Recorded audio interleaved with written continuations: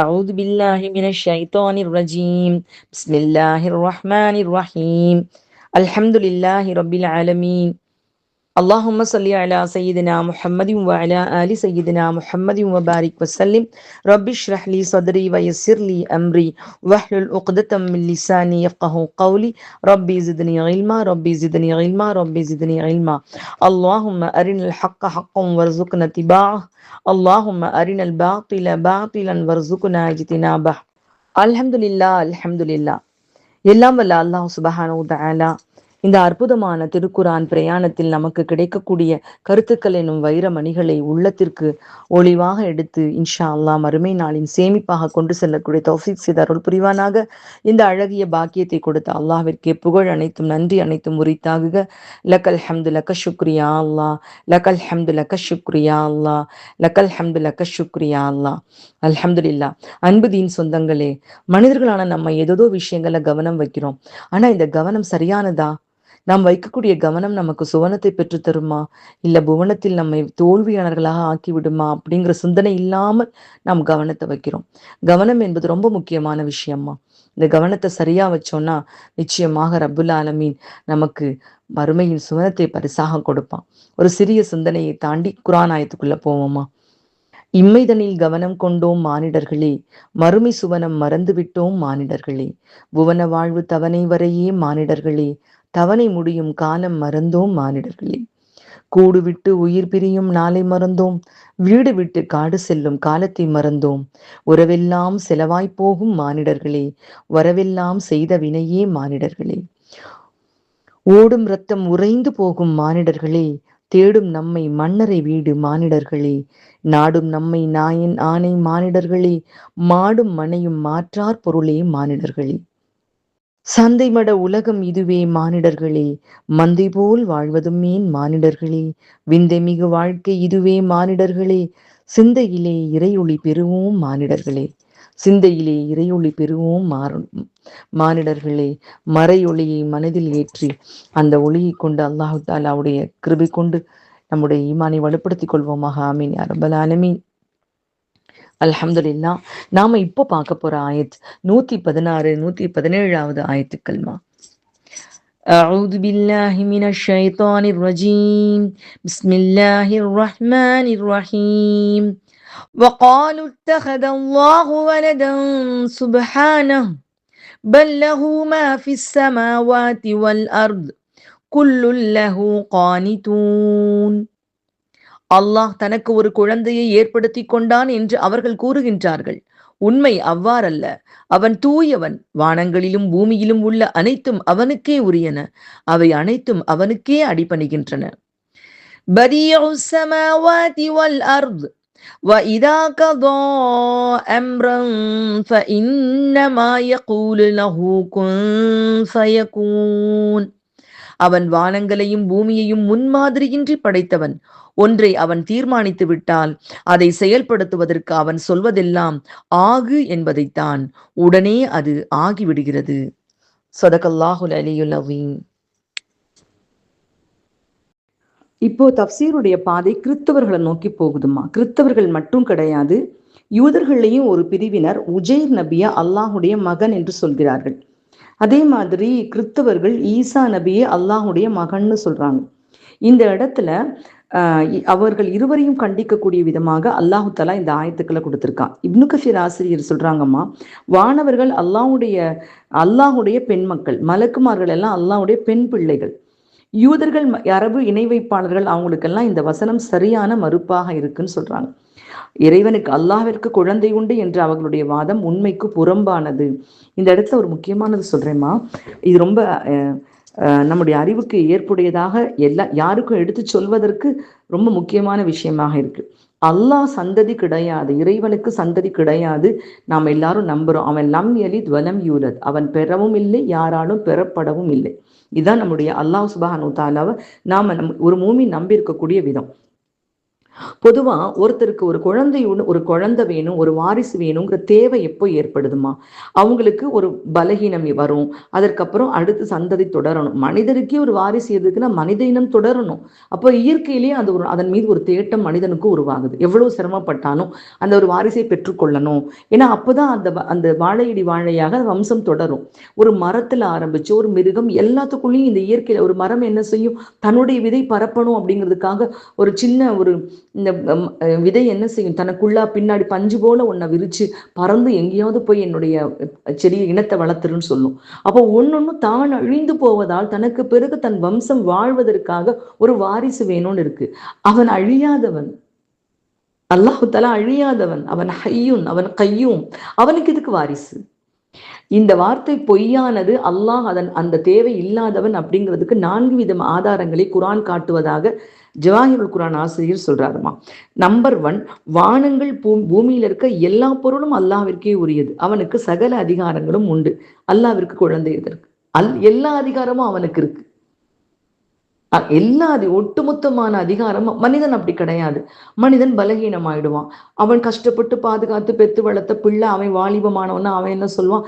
உங்க காலம் வேற, இப்போ என்னுடைய காலம் வேற, உங்களை மாதிரி வாழ முடியாது, எனக்குன்னு ஒரு தனிப்பட்ட வாழ்க்கை முறை இருக்கு அப்படின்னு கண்டிப்பா அவன் சொல்லுவான். இதுதான் மனிதனுடைய வாழ்க்கையில வரக்கூடிய நடைமுறை மாற்றங்கள்மா.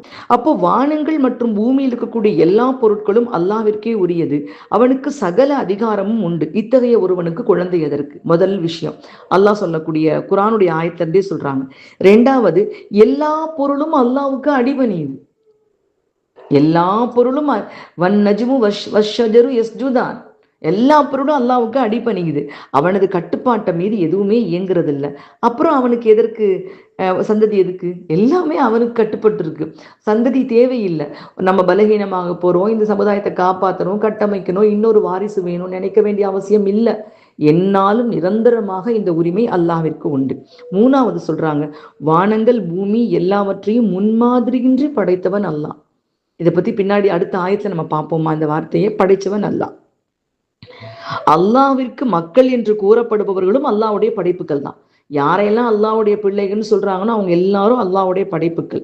தன்னுடைய பல கோடி படைப்புகளை படைச்சா அல்லாஹ் சில பேரை மட்டும் குழந்தையா எடுத்துக்கிறதுக்கு என்ன காரணம்? தேவை என்ன இருக்கு அல்லாஹ்வுக்கு? எத்தனையோ கோடிக்கணக்கான படைப்புகளை படைச்சா அல்லாஹ் அதுல பல எல்லாத்தையும் விட்டுட்டு 1-2 படைப்பு மட்டும் அது என் புள்ளன்னு எடுத்துக்கொள்றதுக்கு என்ன தேவை இருக்கு அல்லாஹ் சுப்ஹானஹு வ தஆலாவுக்கு? 4வது, அல்லாஹு தஆலா உன்னை படைக்க நாடுனா குன் அப்படின்னு சொன்னாலே படைச்சிருவான் அல்லாஹ். குன் அப்படிங்கிற வார்த்தையாலேயே படைச்சிருவான். அதை படைக்கிறதுக்கு யாருடைய உதவியும் எந்த கருவியுடைய துணையும் அவனுக்கு தேவையில்லை. இப்படிப்பட்ட ஒரு அல்லாஹு தஆலாவுக்கு ஒரு மகனை தேடிக்கொள்ள வேண்டிய அவசியம் என்ன? இந்த 4 கேள்விகளை கேட்கிறாங்கம்மா. குன்னுனாலே ஆகிடும். மாஷா அல்லா. இப்போ ஒரு சந்தேகம் வரும். ஜவாஹிருல் குர்ஆன் ஆசிரியர் சொல்றாங்கம்மா, குன் என்று சொன்னாலே எல்லாமே ஆயிடும்னு சொல்றாங்களே, அப்புறம் எதற்கு அல்லாஹு தஆலா ஒவ்வொரு பொறுப்புக்கும் மலக்குமார்களை நியமிச்சிருக்கான்? மழைக்கு ஒரு மலக்கு, மலைக்கு ஒரு மலக்கு, அதே மாதிரி இப்படி ஒவ்வொன்றுக்கும் மரணத்து உயிர் வாங்குறதுக்கு ஒரு மலக்கு, இப்படி எல்லாம் எதுக்காக அல்லாஹு தஆலா மலக்குமார்களுக்கு பணிகளை கொடுக்குறான்? இன்னும் பல்வேறுபட்ட பணிகளுக்காக உலகம் முழுக்க மலக்குமார்கள் அனுப்பப்படுறாங்களே, இதுக்கெல்லாம் என்ன காரணம் அப்படின்னு சொல்லி கேட்டா, இறை தூதர்கள்ட்ட வேத வாக்கை கொண்டு வந்து சேர்க்கக்கூடிய பொறுப்பு வானவர் ஜிப்ரீல்கிட்ட இருக்கு. உயிர்களை கைப்பற்றக்கூடிய பொறுப்பு வானவர் இஸ்ராயில்கிட்ட. அப்புறம் சூர் ஊதுற பொறுத்து இஸ்ராஃபீல்கிட்ட. செயல்களை பதிவு செய்யறதுக்கு கிராமின் காத்திபின்ங்கிற 2 மலக்குகள் இருக்காங்க. இப்படி ஒவ்வொன்றிலையும் மலக்குகள்கிட்ட பொறுப்பு ஒப்படைச்சதுக்கு என்ன காரணம்னா, உலக நடப்புன்னு ஒன்னையும் அல்லாஹு தஆலா தான் படைச்சிருக்கான். இந்த உலகம் எல்லாமே காரண உலகம். சூரியன் உதிச்சாதான் பகல், சூரியன் மறைஞ்சாதான் இரவு. இல்லைன்னா இல்ல கிடையாது. கஷ்டப்பட்டு வயிற்றுல சுமந்து பெற்றெடுத்தாதான் பிள்ளை. இது எல்லாமே அதனாலதான் இஸ்ரா அஹமது ஹசரத் அழகா சொல்றாங்கம்மா, ஈசா நபிக்கு கலிமத்துல்லான்னு ஒரு பேர் இருக்கு. என்ன காரணம்னா, எல்லாருடைய குழந்தையும் உருவாகிறதுக்கு ஒரு ஆண் தேவை, ஒரு ஆணுடைய உயிரணுடைய தேவை. அந்த சேர்க்கை இது இயற்கை. இதனாலதான் ஒரு குழந்தை உருவாகும். ஆனா அல்லாஹு தஆலா குன் என்று சொன்னவுடன் மரியம் அலைஹிஸ்ஸலாம் அவருடைய கருவில் அந்த உயிர் உருவாகிவிட்டது. அந்த வார்த்தையால் உருவானதானதான் அவங்களுக்கு கலிமத்துல்லா என்று பெயர் இருக்கிறதா. அதையும் நமக்கு அத்தாட்சியாக அல்லாஹ் சொல்லி காமிக்கிறான். அவன் குன் சொன்னாலே போதும், அது உருவாகிவிடும். அப்படிப்பட்ட அல்லாஹ் ஏன் இந்த பணிகளுக்கு மலக்குகளை நியமிச்சிருக்கான்னு சொன்னா, இது காரண உலகம். இங்க ஒரு காரணம் இருந்தா தான் ஒரு காரியம் நடப்பதை போலத்தான் இந்த உலகத்தை அல்லாஹு தஆலா படைச்சிருக்கான். நன்மை செஞ்சா தான் சொர்க்கம், தீமை செஞ்சா நரகம். எல்லாத்துக்கும் ஒரு காரணம் இருக்குமா. அப்படிப்பட்ட காரணம் இருப்பதால் தான் இதை இந்த இந்த மாதிரி ஒரு சிஸ்டம் அல்லாஹு தஆலா கொண்டு வந்திருக்கான் அப்படின்னு சொல்றான். அதே மாதிரி இந்த இடத்துலமா காலு இத்தகதல்லாஹு வலதா, எடுத்துக்கொண்டான், அல்லாஹ் பெற்றெடுத்தான்னு சொல்லலாமா இந்த இடத்துல. இத்தகதல்லாஹ் எடுத்துக்கொண்டான் அப்படின்னு சொன்னா என்ன அர்த்தம்னு சொன்னா தத்தெடுத்து கொண்டான்னு அர்த்தம் வருதான். எடுத்துக்கொண்டான், அல்லாஹ் பிள்ளைகளை பெற்றெடுத்தான்னு சொல்லலாமா. எப்படின்னா யூதர்கள் சொல்ற மாதிரி மனிதர்கள்ல உஜேர் நபியை செலக்ட் பண்ணி அல்லாஹ் தன்னுடைய மகனாக ஆக்கி கொண்டான், மனிதர்கள்ல ஈசா நபியை செலக்ட் பண்ணி அல்லாஹ் தன் மகனாக ஆக்கி கொண்டான், எடுத்துக்கொண்டான், இப்படிதான் அவங்க சொல்றாங்க. அவங்க எடுத்துக்கொண்டோன்னு சொன்னாலும் பெற்றெடுத்தாங்கன்னு சொன்ன அவுதுபில்லா, இது எதுவுமே சுபஹான சுபஹான. இந்த சில இடங்கள்ல அல்லாஹு தஆலா சில விஷயங்களை ஒரு பலமாக கண்டிக்கிறப்ப சுபஹான் அல்லாஹி அம்மா யுஷ்ரிகூன், இணை வைப்பதை விட்டு அல்லாஹ் மிக தூய்மையானவன். அப்ப தன்னை அல்லாஹு தஆலா அந்த விஷயங்களை விட்டு தன்னை பரிசுத்தப்படுத்தி சொல்லும் பொழுது சுபஹான் அப்படிங்கிற வார்த்தையை அல்லாஹ் சுபஹானஹு வ தஆலா உபயோகப்படுத்துறான். பெருமான ஸல்லல்லாஹு அவர்களை மிகராஜுக்கு கூட்டிக் கொண்டு போன நிகழ்ச்சியை சொல்லும் பொழுது கூட எல்லாரும் மறுக்கக்கூடிய அந்த நிகழ்ச்சியை எப்படி அல்லாஹ் ஆரம்பிக்கிறான், சுபஹானல்லதி அஸ்ரா. யாரு வேணாலும் என்ன வேணாலும் சொல்லுங்க, கூட்டி சென்ற அல்லாஹ் சுபஹான், அவனால் இயலும், அவன் கண்டிப்பா அதை செய்து முடிக்கக்கூடியவனாக இருக்கின்றான். மாஷா அல்லாஹ், அல்ஹம்துலில்லாஹ். இந்த இடத்துல சுபஹான உடனே வருதுமா, இப்படி சொல்றாங்க, அந்த வார்த்தையை சொல்றாங்க, சுபஹானஹு பல் லஹு மா ஃபிஸ் ஸமாவாதி வல் அர்த். வானங்கள் பூமியில் இருக்க எல்லாமே அல்லாஹ்வுக்குரியது. அவனுக்கு என்ன தேவை இருக்கு? இப்ப பார்த்தோமா இல்லையாமா, என்ன தேவை இருக்கு அவனுக்கு? ஒரு குழந்தை எடுத்துக்கொள்ளணுங்கிற தேவை என்ன இருக்கு? எல்லாமே அவனுக்கு சொந்தம். இத்தனை படிப்பை விட்டு எதுக்கு ஒண்ணு மட்டும் இந்த குழந்தையை தத்தெடுத்துக் கொள்ளணும்? அந்த தேவை கிடையாது. குல்லுல்லஹு கானிதூன். இங்க குல்லு அப்படிங்கிறது எப்பவுமே முலாஃபாக ஏதாவது ஒன்று சேர்ந்து வரும். குல்லு யௌமின், குல்லு தாலிபின் அப்படி சொல்லிட்டு ஏதாவது ஒரு இதோட சேர்ந்து தான் வருமா. அப்போ ஒரு சேராம வெறும் குல்லுன்னு மட்டும் தனியா வந்தா பைனா இன்ஸ்டியூட் ஆசிரியர் தப்சீர்ல சொல்றாங்கம்மா, அனைத்தையும் குறிக்கும். எல்லாத்தையும் அதுக்குள்ள அத்தனையும் அடங்கிடுது, எதுவுமே அடங்காம கிடையாது. அத்தனை விஷயங்களும் அதுக்குள்ள அடங்கிடுது. குல்லுன் லஹு, அவனுக்கே கானிதூன், வழிபடக்கூடியது, அடிபணியக்கூடியதாக இருக்கின்றது. எல்லாமே அவனுக்கு, ஒவ்வொன்றும் அவனுக்கு அடிபணியக்கூடியதாக இருக்கிறது. இந்த கானித்து அப்படிங்கிற வார்த்தைக்கும் ஆபித் அப்படிங்கிற வார்த்தைக்கும் வித்தியாசம் சொல்றாங்கம்மா. கானித்துனா முழுக்க, காபிதுக்கும் அஸ்லம் அடிபணிந்தேங்கிற வார்த்தை நிறைய இருக்கு. ஆனா இந்த கானித்துங்கிறது ஸ்பெஷல் வார்த்தையாமா. இதுக்கு அழகா ஒரு உதாரணம் சொல்றாங்க. ஒரு எஜமான் தண்ணி கொண்டு வா அப்படின்னு சொல்றாங்க. ஒரு வேலைக்கார இந்த கொண்டு வரலாம், அப்படி கொண்டு போகலான்னு கொஞ்சம் யோசிச்சுட்டு நின்றுட்டு போறாங்க. ஆனா சொன்ன வாயில வந்த மறுவினாடி உடனே ஓடி போய் உடனே எடுத்துக்கொண்டது உடனே கொடுக்குறான். அதான் கானித். மறு யோசனை கிடையாது, ஒரு தாமதம் கிடையாது, இதுக்கு மாற்று வழி இருக்கான்னு யோசிக்கிறது கிடையாது. உடனடியாக எஜமானுக்கு அடிபணியக்கூடிய தன்மை தான் கானித். அந்த நிலையில தான் படைப்புகள் எல்லாமே இருக்குது. அப்புறம் எதுக்காக அவனுக்கு வாரிசு? ஆசிரியர் சொல்றாருமா, வானங்கள் பூமியுடைய ஆட்சி, அதுல இருக்கக்கூடிய அத்தனை பேருடைய மேலும் ஆளுமை எல்லாம் அல்லாஹ்வுக்கு இருக்கு. நமக்குன்னு ஒண்ணு சொன்னாலும் இந்த உலகத்துல எதுக்குமே நாம உரியவர்கள் கிடையாதுமா. நம்ம வீடுன்னு சொல்லுவோம், ஆனா நம்ம வீட்டுக்கு கவர்மெண்ட்டுக்கு வரி கட்டணும். நான் சம்பாரிச்ச வீடுன்னு சொல்ல முடியாது. ஆனா இந்த வீட்டுக்கான முழு உரிமையும் அல்லாஹ்வுக்கு இருக்கு. அல்லாஹ் இந்த வீட்டுல நம்மளை இருக்க வைப்பான், இல்லைன்னா இந்த வீட்டை விட்டு நம்மளை தூக்கி எறிஞ்சிடுவான். ஆளுமைங்கிறது அவனுக்கு மட்டும்தான் உரியது. நான் என் வீடு என் சொந்த வீடுன்னு சொன்னாலும் நீ கவர்மெண்ட்டுக்கு நான் கண்டிப்பா என்ன செஞ்சு அவனை வரி கட்டி ஆகணும். அப்புறம் என்ன ஆளுமை எனக்கு இருக்கு? ஏன் புள்ள ஆளுமை இருக்காமா? எவ்வளவு நாளைக்கு? அதுக்கு தனி உலகம், தனி வாழ்க்கை. அந்த குழந்தையும் என்ன சொல்லும் வளர்ந்த பின்னாடி, அம்மா உங்களுது அந்த காலம், இது இந்த காலம் சொல்லக்கூடிய பிள்ளைகளை பார்க்க தானமா செய்யறோம். அப்ப ஆளுமை என்பது அல்லாஹ்விற்கு மட்டுமே உரியது. அந்த ஆளுமை அவனுக்கு உரியது. முழு அதிகாரம் படைத்தவனாக அல்லாஹ் இருக்கான். அவன்தான் படைப்புகள் எல்லாவற்றுக்கும் வாழ்வாதாரங்களை எல்லாம் கொடுக்கக்கூடியவனாக இருக்கிறான். விதியை ஏற்படுத்தினான். அவங்களை வசப்படுத்தி தான் விரும்பியவாறு அவர்களை இயக்கக்கூடியவனாக இருக்கிறான். எல்லோரும் அவனுக்கு சொந்தமானவர்கள், அடிமைகள். அப்படி இருக்க அவர்கள ஒருத்தர பிள்ளையாக தத்தெடுத்து கொள்ள வேண்டிய தேவை அல்லாஹ்வுக்கு என்ன இருக்கு? பிள்ளை பிறக்கணும்னு சொன்னா ஒத்த 2 உயிர்கள்ல இருந்தா அது சாத்தியமாகும். ஒரே மாதிரி 2 உயிர், அதுல இருந்தா ஒரு குழந்தை பிறக்க சாத்தியமாகும். உயர்வும் வளமும் மிக்க அல்லாஹ்வுக்கு யாருமே நிகர் கிடையாது. வலம் யகுல்லஹு குஃபுவன் அஹத். அவனுக்கு நிகர் யாருமே கிடையாது.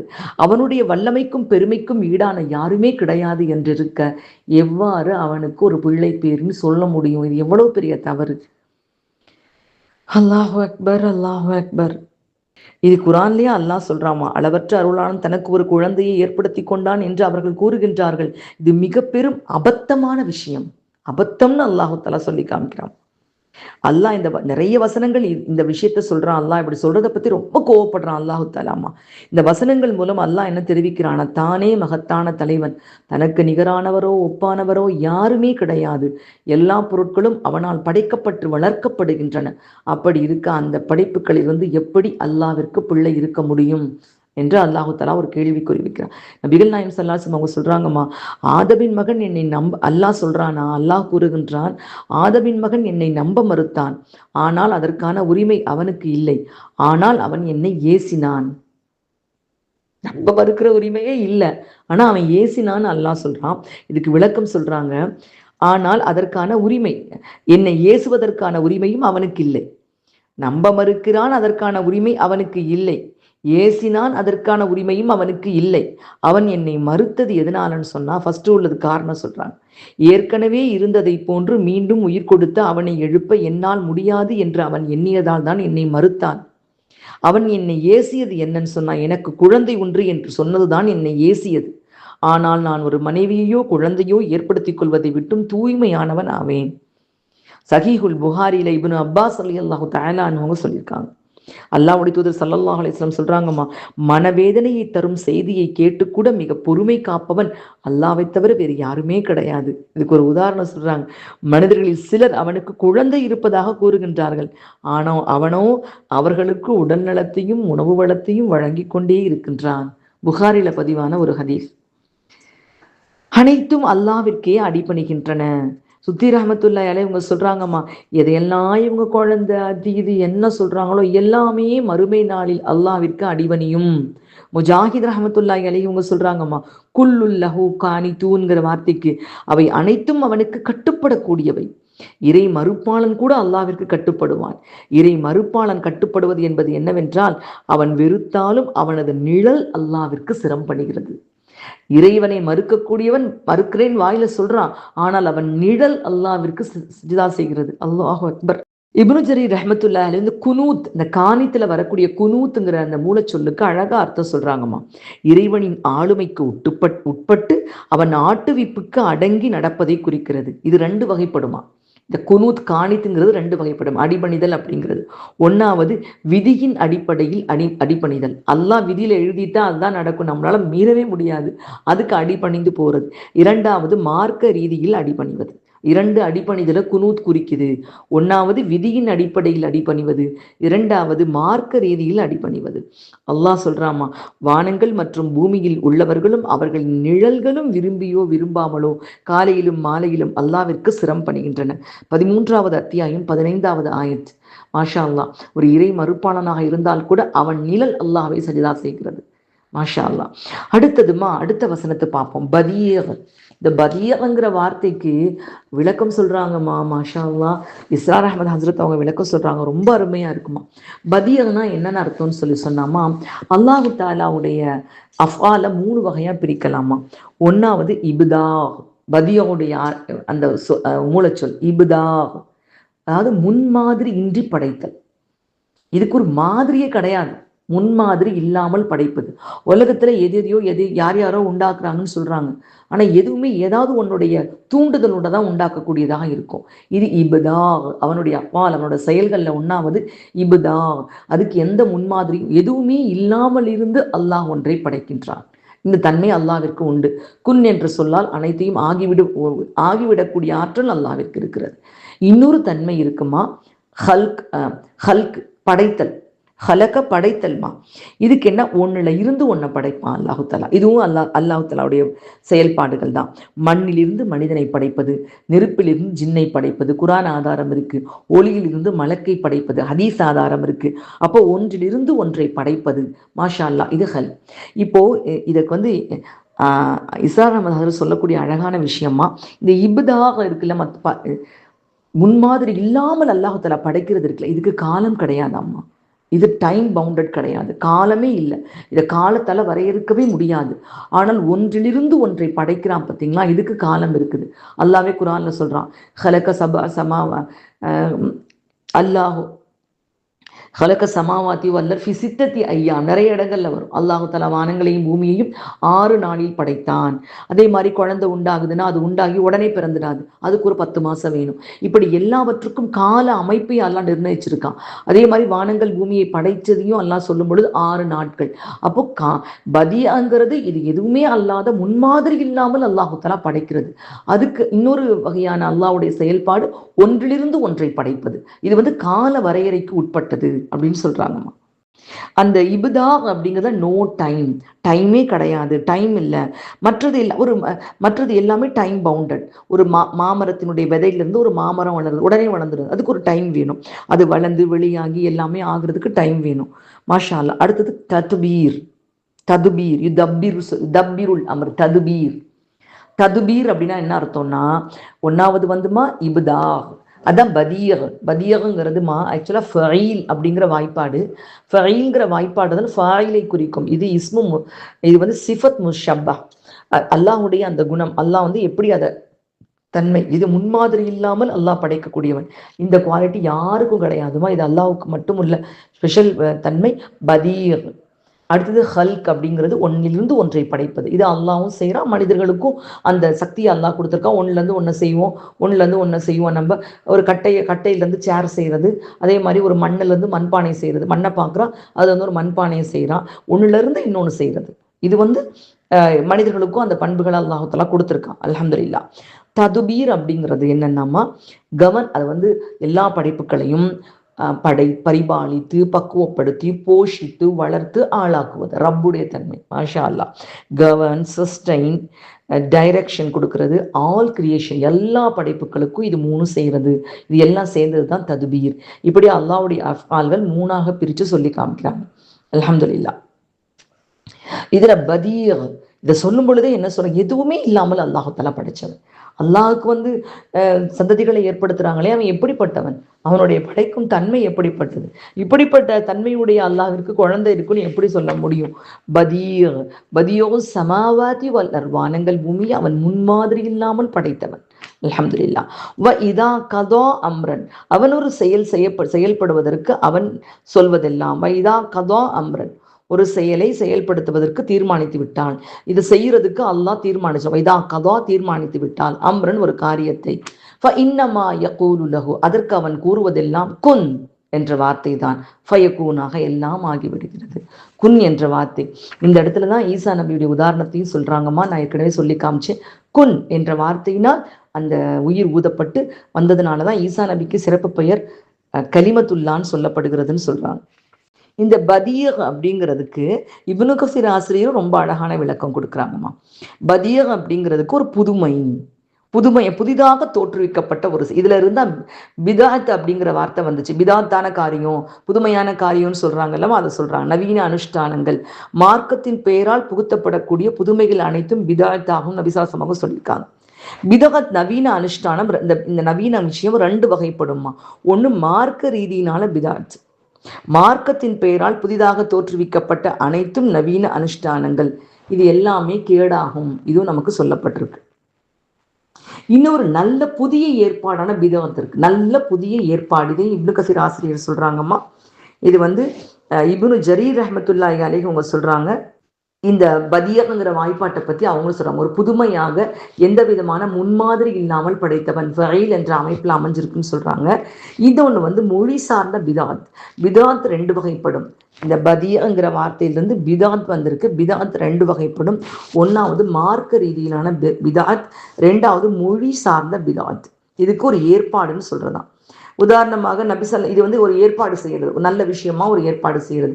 அப்படி செய்யப்பட்ட நல்ல ஏற்பாடு, இன்னைக்கு வழிமுறையில் இருக்கக்கூடிய நல்ல ஏற்பாடு தான் உமர் ரலியல்லாஹு தஆலா அன்ஹு தராவீஹ் ஏற்பாடு செஞ்சதுன்னு அந்த உதாரணத்தை கொடுத்திருக்காங்க. இது சொல்லும் பொழுது இது ஒரு நல்ல புதிய ஏற்பாடு என்று குறிப்பிட்டார்கள். மாஷா அல்லாஹ். இதை நிரந்தரமாகவும் ஆக்குனாங்க. இதை பத்தி சொல்லும் பொழுது நல்ல புதிய ஏற்பாடு, பிதஅத்திலே நல்ல பிதஅத் அப்படின்னு சொல்லியிருக்காங்க. இப்னு ஜரீர் ரஹ்மத்துல்லாஹி அலைஹி அவங்க சொல்றாங்க, இதுக்கு முன்னாடி உள்ள ஆயத்துல அல்லாஹு தஆலாவுக்கு குழந்தை ஏற்படுத்தி கொண்டான்னு சொல்றாங்களே, அல்லாஹ் சுப்ஹானஹு தஆலா குழந்தையை ஏற்படுத்தி கொள்ளக்கூடிய அந்த விஷயத்தை விட்டு மிக மிக உயர்ந்தவன். அஸ்தக்ஃபிருல்லாஹ், சுப்ஹானல்லாஹ்.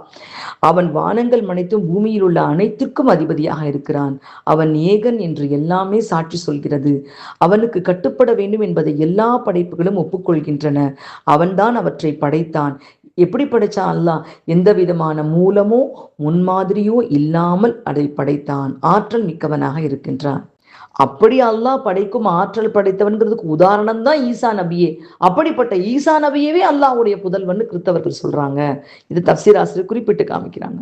எந்த ஒரு முன்மாதிரியும் இல்லாம வானங்களையும் பூமியையும் படைச்சவன் அல்லாஹு தாலா.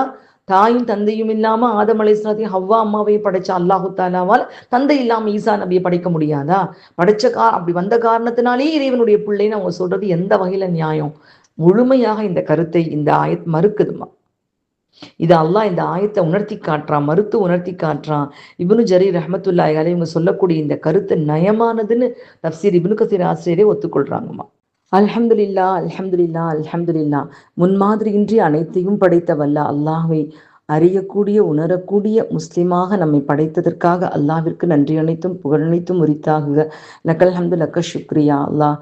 யா அல்லாஹ், கிருபியுள்ள நாயனே, கருணையுள்ள நாயனே, உண்மையுடைய ஈமானுடைய வழியில் பிறக்கச் செய்த ரஹ்மானே, கிடைத்த ரஹ்மத்தை பரக்கத்தை உலகத்தில் நாங்கள் தொலைத்து விடாமல் உணர்ந்து வாழ்ந்து தெளிந்து வாழ்ந்து உன்னை நல்லடியாராக வந்து சந்திக்கக்கூடிய தௌஃபீக்கை எங்களுக்கு தந்தருள்வாய் யா அல்லாஹ்.